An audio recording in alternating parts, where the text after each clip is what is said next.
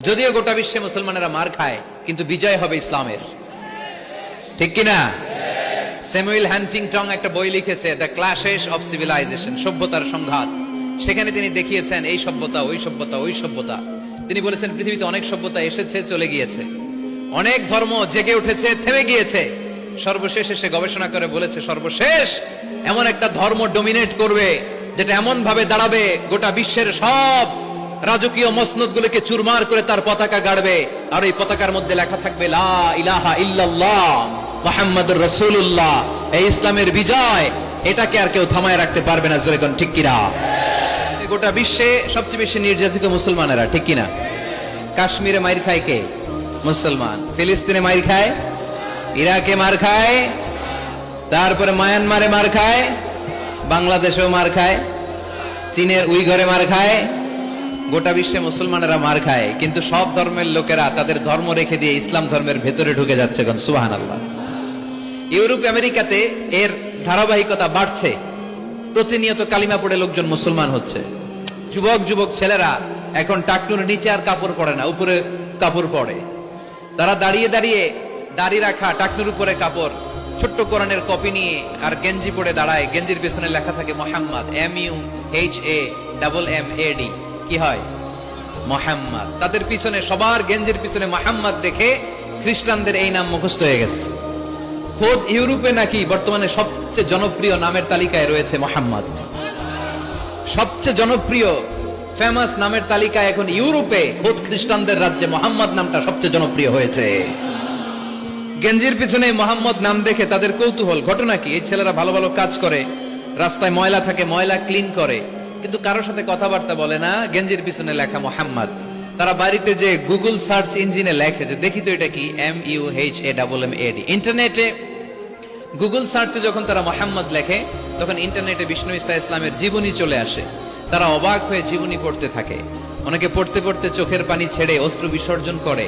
যাদের নসিব ভালো, অনেকে কালিমা পড়ে মুসলমান হয়ে যায়।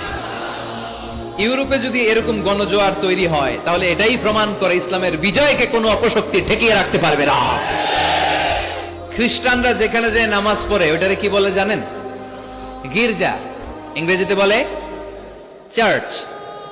এই ইউরোপ আমেরিকাতে ওরা ওদের চার্চ বা গির্জাগুলো বিক্রি করে দিচ্ছে। এর কারণ, মাসেও একজন আসে না। কথা কয় না? আমরা 5 ওয়াক্ত পড়ি, 3 ওয়াক্ত পড়ি, 2 ওয়াক্ত পড়ি, সপ্তাহে তো হাজিরা দেই। কথা বলেন, কি বার? এই শুক্রবার বা জুমাবারে হাজিরাটা তো দেই। ওদের মাসের পর মাস যায়, কোনো মুসল্লি নাই। খালি ফাদাররা বসে বসে ওখানে পড়তেছে, help us Jesus the son of God, ও গডের ছেলে ঈসা আম করে বাঁচাও, ও গডের পোলা ঈসা আম করে বাঁচাও। এই জিকির করতে থাকে। মাগার কোন খ্রিস্টান ওদের ইবাদত গাহে ঢুকে বছরও একদিন যায় না। তো এই গির্জা দিয়ে ওরা কি করবে? সবাই মিলে এক কাম করে এটা বেচা দেই। মুসলমানেরকে পাইছি শুধু কম দামে কিনে এটার মসজিদ বানায় দেই। সুবহানাল্লাহ। এত আসতে গোটা ইউরোপ আমেরিকার চার্চগুলো now it's changing to mosque. গির্জা থেকে এটা এখন মসজিদ হইতে শুরু করছে। আমাদের সুইজারল্যান্ডে মুসলিম কমিউনিটি আছে, জার্মানিতে আছে, অস্ট্রিয়ায় অনেক বাংলাদেশি, ইটালি আরেক বাংলাদেশ। ইটালিতে প্রোগ্রামের জন্য কমসে কম 50টা প্রোগ্রাম চেয়েছে আমার কাছে, যে হুজুর আপনি যদি আসেন 1 মাসের কমে আইসেন না, তাইলে খবর আছে আপনার। বাংলাদেশের নাকি যত থানা, ইটালিতে ততটা সমিতি আছে। যতগুলো থানা ততগুলা সমিতি, ততগুলো অর্গানাইজেশন। সবাই আমারে ধরে রাখছে, আপনার ইউরোপ সফর করলে ইটালি না আসলে খবর আছে। তো ওখানে এই যখন খ্রিস্টানরা ওদের ইবাদত গাহে যায় না, কম দামে এরা বেচে দেয়, আর এগুলোরে মুসলমানরা পলিশ করে একটা মিনার লাগাই দিয়ে মসজিদ বানায় ফেলে।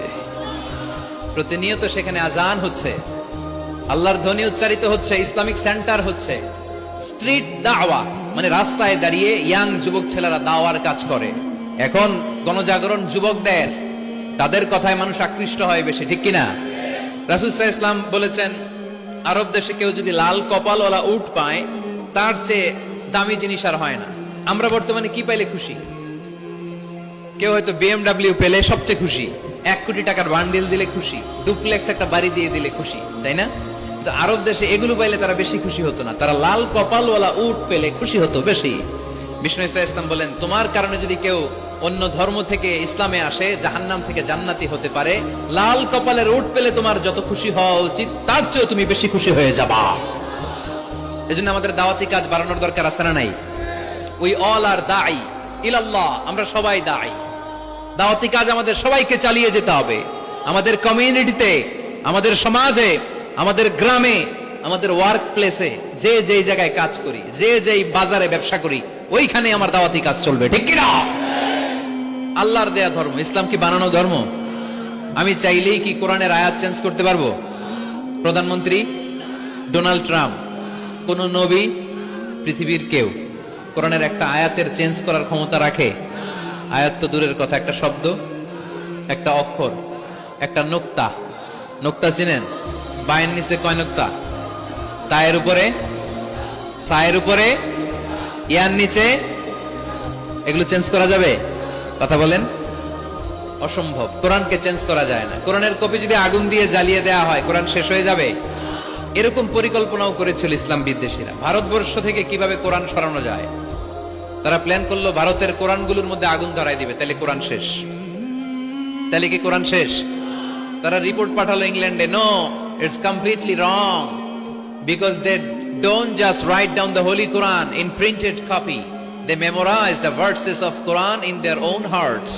তারা শুধু কাগজে কোরআন লিখে ছাপাখানায় ছাপায় না, তারা হেফজখানায় পড়ে পড়ে পড়ে পড়ে সিনার ভিতরে কোরআন ঢুকিয়ে রাখে। যদি আগুন লেগে ধ্বংস হয়ে যায়, ধ্বংস হয়ে যায়, যদি আগুন লেগে যায় পুড়ে যায় পৃথিবীর সব বইয়ের দোকান, বিশ্ব থেকে হারাবে না পবিত্র কোরআন, বিশ্ব থেকে হারাবে না পবিত্র কোরআন। সুবহানাল্লাহ পড়েন। কোরআনকে দূর করা সম্ভব না। এই কোরআনকে নাজিল করেছে কে? এজন্য এই ধর্মের বৈশিষ্ট্য হচ্ছে রব্বানি। এটা রবের দেয়া, এটা মন মস্তিষ্ক প্রসূত বানানো কোনো মতবাদ নয়। এই ধর্মটাকে আল্লাহ নিজের ধর্ম বলেছেন। আল্লাহ ইসলামকে বলেছেন দীনুল্লাহ। ইসলামকে কি বলেছে? ওয়ারাইতান নাস ইয়াদখুলুনা ফি দীনিল্লাহি আফওয়াজা। নবী আপনি দেখবেন লোকজন বানের পানির মতো কালিমা পড়ে আমার ধর্মে ইসলামে প্রবেশ করেছে। এটা আল্লাহর ধর্ম, রব কেন্দ্রিক। এজন্য আমরা যাই করি, যে দোয়াই করি, ওই দোয়ার শুরুতে রব আছে না নাই? আমরা যখন বলি আল্লাহ দুনিয়ার কল্যাণ দাও, আখিরাতের কল্যাণ দাও, আমরা দোয়াটা শুরু করি রব দিয়ে। কি দিয়ে? আমাদের দোয়া শুরু হয় কোন শব্দ দিয়ে? রব্বানা আতিনা ফিদ দুনিয়া হাসানাতাও ওয়া ফিল আখিরাতি হাসানাতাও ওয়া কিনা আযাবান নার। দোয়ার শুরুতে রব আছে না নাই? আবার পরে রব্বানা যালামনা আনফুসানা ওয়া ইল্লাম তাগফির লানা ওয়া তারহামনা লানাকুনান্না মিনাল খাসিরিন। সুবহানাল্লাহ পড়েন। ইসলাম মানব কোনখানে? ইসলাম মানব কতক্ষণ? দেহে প্রাণ আছে যতক্ষণ। ফ্যামিলিতে, সমাজে বাস্তবায়ন করতে হবে, তা না হলে পরিবর্তন আসবে না। আমরা পরিবর্তন চাই। We need change, we have to change, we like change. আমরা এই ঘুণে ধরা সমাজকে কোরআন দিয়ে পরিবর্তন করে দিতে চাই। আমরা বিপ্লবের অংশীদার হতে চাই। আমরা অনাচার মুক্ত সুন্দর সমাজ চাই। সেজন্য এই কথাগুলো, মেসেজগুলো ধারণ করতে হবে, বলতে হবে, শেয়ার করতে হবে, বলতে হবে, শেয়ার করতে হবে, হজম করতে হবে, জীবনে আমল করতে হবে, ঠিক কিনা? তো এইভাবে এই মেসেজগুলো ধারণ করতে হবে, লালন করতে হবে। এবং কোন জায়গায় ভুল করতে চাইলেই আল্লাহর ভয়ে থেমে যেতে হবে, অন্যায় করা যাবে না। কারণ আমি ওয়াদা দিয়েছি, ইসলাম মানবো কোনখানে? না শুধু মসজিদে, মাদ্রাসায়, মাহফিলে, কোনখানে? মনে থাকবে মুসলমান। ইসলাম মানবো কতক্ষণ? পেটে ব্যথা যতক্ষণ। যতক্ষণ পেটে ব্যথা তখন আল্লাহরে ডাকে। পেট ব্যথা নাই, আল্লাহ নাই, এরকম ডাকাইতেছে না? নাই না। সুস্থ অবস্থায়ও ইসলাম মানবো, সুস্থ অবস্থায়ও, দুঃখের দিনেও মানবো, সুখের দিনেও। তাহলে আওয়াজ করে বলেন, ইসলাম মানবো কতক্ষণ? দেহে প্রাণ থাকে যতক্ষণ, ঠিক কিনা? এজন্য রাব্বুল আলামিন বলেন, ومن يبتغ غير الإسلام دينا فلن يقبل منه وهو في الآخرة من الخاسرين। ইসলাম ছাড়া অন্য কোথাও যে শান্তি তালাশ করে, ইসলাম ছাড়া অন্য কোন ধর্ম যে তালাশ করে তার কোনো কিছুই আল্লাহ কবুল করবে না। আর আখেরাতে লোকটা হবে হায় হায় কোম্পানির ম্যানেজার। কি কোম্পানির? মানে হায় হায় করবে, হায় হায় হায় হায় হায়, কি করলাম, কোন নেতার পিছনে ছুটলাম, কেন গানের কনসার্টে গেলাম, কেন মদের আড্ডাখানায় গেলাম, কেন কোরআনের মঞ্চে গেলাম না, কেন তাফসীর মাহফিলগুলোতে বাধা দিলাম, কেন ইসলামের আওয়াজগুলোকে আটকে দিতে চাইলাম। হায় হায় করবে, হায় হায় করবে, আফসোস করবে, কিন্তু সেদিন তাদের আফসোসে কোনো লাভ হবে। Whoever seeks anything except Islam, that will be not accepted and he will be the loser in akhirah. ইসলাম ছাড়া জন্য কিছু তালাশ করে সেটা কবুল হবে না, আর সে হবে লুজার। লুজার মানে যে সব হারাইছে, আর গেইনার মানে যে সব পেয়েছে। আমরা কি লুজার হব না গেইনার? মাশাআল্লাহ, এই তো বুঝতে পেরেছেন, আমরা গেইনার হতে চাই। যারা জান্নাতে ঢুকতে পারে তারাই গেইনার, ঠিক কিনা? আমরা এখানে যেমনি একসাথে বসে গেইনার হয়েছি, জান্নাতেও যেন একসাথে বসতে পারে, আল্লাহ তৌফিক দান করো। তাহলে ইসলাম ছাড়া অন্য কিছু মানি না, বলেন ইসলাম ছাড়া অন্য কিছু মানি না, মানবো না। নাহনু কওমুন আ'আজ্জানাল্লাহু বিল ইসলাম, আমরা তো এমন জাতি যে জাতিকে আল্লাহ ইসলাম দিয়ে সম্মান দিয়েছে। ফাইন ইবতাগাইনাল ইজ্জাতা বিগাইরিহি আদাল্লানাল্লাহ, ইসলাম ছাড়া অন্য কোথাও যদি আমরা সম্মান তালাশ করি আমাদেরকে অপমান করবে কে? আমাদের সম্মান তাহলে কোন জায়গায়? ইসলামে। বুক ফুলিয়ে সব জায়গায় বলা যাবে আমি মুসলমান। পৃথিবীর যেই দেশেই যান, যে কোনো জায়গায় দাঁড়ান না কেন, বুক ফুলিয়ে বলতে হবে I M A Muslim, I proud of it, আমি মুসলমান, আমার ধর্মের নাম কি? ইসলাম। এটা সাহসিকতার সাথে বলতে হবে। এবং আল্লাহ বললেন ইসলামকে তোমাদের ধর্ম বানিয়ে আমি আল্লাহ খুশি, ইসলামকে আমি সব নবীদের ধর্ম বানিয়ে খুশি। সুবহানাল্লাহ পড়েন। আমাদের ধর্মের নামই ইসলাম, বিষয়টা কি এমন না? সব নবীর ধর্মের নামই ছিল। আদম আলাইহিস সালামের ধর্মের নাম, মুসা আলাইহিস সালামের, ঈসা আলাইহিস সালামের, মুহাম্মদ সাল্লাল্লাহু আলাইহি সাল্লামের। তার প্রমাণ আল্লাহর কোরআন। রব্বুল আলামিন বলেন মা কানা ইব্রাহিমু ইয়াহুদিয়াও ওয়ালা নাসরানিয়াও ওয়ালাকিন কানা হানিফাম মুসলিমা। আমার ইব্রাহিম ইহুদি ছিল না, নাসারা ছিল না, আমার ইব্রাহিম ছিল পাক্কা মুসলমান। সুবহানাল্লাহ পড়েন। ইব্রাহিম আলাইহিস সালাম কি ছিল? পাক্কা মুসলমান। তো ওনার ধর্মের নাম যদি ইসলাম না হতো উনি মুসলমান হইতে পারতেন? জোরে বলেন। তার মানে সব নবীদের ধর্মের নাম কি? ইসলাম। কিন্তু মজার ব্যাপার হলো কোন নবীর সময়কালেই আল্লাহ তাআলা ইসলামকে পরিপূর্ণ করেন নাই, করেছেন আমাদের নবীর সময়ে। পড়েন সুবহানাল্লাহ। দিনটা ছিল জুমাবার, আরাফার ময়দান। বিশ্বনবী ভাষণ দিচ্ছেন। ইন দ্য মিন টাইম আল্লাহ তাআলা কালামুল্লাহ মাজিদের আয়াত নাজিল করলেন।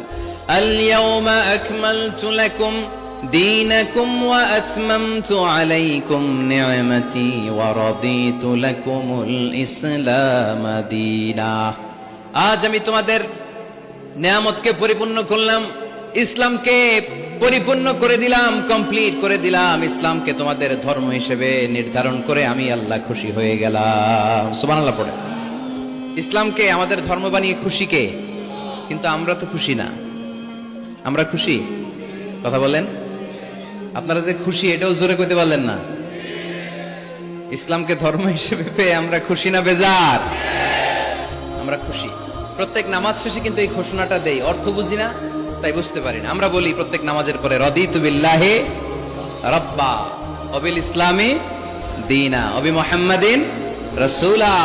আল্লাহ তোমারে রব হিসেবে পেয়ে আমরা খুশি, নবীকে আমাদের নবী হিসেবে পেয়ে খুশি, মুহাম্মদ সাল্লাল্লাহু আলাইহি ওয়াসাল্লামকে, আর ইসলামকে ধর্ম হিসেবে পেয়ে আমরা খুশি। চিল্লায় পড়েন সুবহানাল্লাহ। আল্লাহ নিজেই ঘোষণা দিয়েছেন তোমরা খুশি হও আর না হও, আমি ইসলামের বিজয়কে পৃথিবীতে প্রতিষ্ঠিত করে দেব। গোটা বিশ্বব্যাপী আপনি নিউজ পড়েন, দেখবেন যে প্রতিদিন কালিমা পড়ে লোকজন মুসলমান হয়। এরকম আছে না নাই? এই ইসলামের জয় জয়কার দেখে ইসলাম বিরোধীদের আজকে মাথা গরম, এদের মাথা গরম। এরা চায় না ইসলামের বিজয় হোক। মানুষ পঙ্গপালের মতো ইসলামের দিকে ছুটে চলেছে, ধাবিত হচ্ছে, ঝাঁপিয়ে পড়ছে, ইসলাম এগিয়ে যাচ্ছে, ভিক্টরি সাইনের দিকে ইসলাম ধাবিত হচ্ছে। এটা ওদের সহ্য হয় না। চিল্লায় বলেন ঠিক কিনা? আল্লাহ বলেন তোদের সহ্য হোক আর না হোক, ইসলামের বিজয়কে আমি পৃথিবীর মধ্যে প্রতিষ্ঠিত করে দেবো। জোরে কোন ঠিক কিনা? ইন্নাল্লাহা যাওয়ালি আল আরদা, আল্লাহ তাআলা পৃথিবীকে আমাকে ছোট করে দেখালেন। বিশ্বনবী বললেন ফারাইতু মাশারিকাহা ওয়া মাগারিবাহা, আমি পৃথিবীর প্রাচ্য পাশ্চাত্য সবটা দেখেছি, আর আমি নবী যতদূর দেখেছি ততদূর আল্লাহু আকবারের ধ্বনি পৌঁছে দিবে কে? কেউ ঠেকায় রাখতে পারবে? পারবে না। এজন্য ইসলাম পেয়ে আমরা খুশি না বেজার? ইসলাম হচ্ছে সময়ের অপরিহার্য বাস্তবতা। আপনি যদি সমাধান চান জীবন সমস্যার, ইসলামের ভেতরে সমাধান আছে না নাই?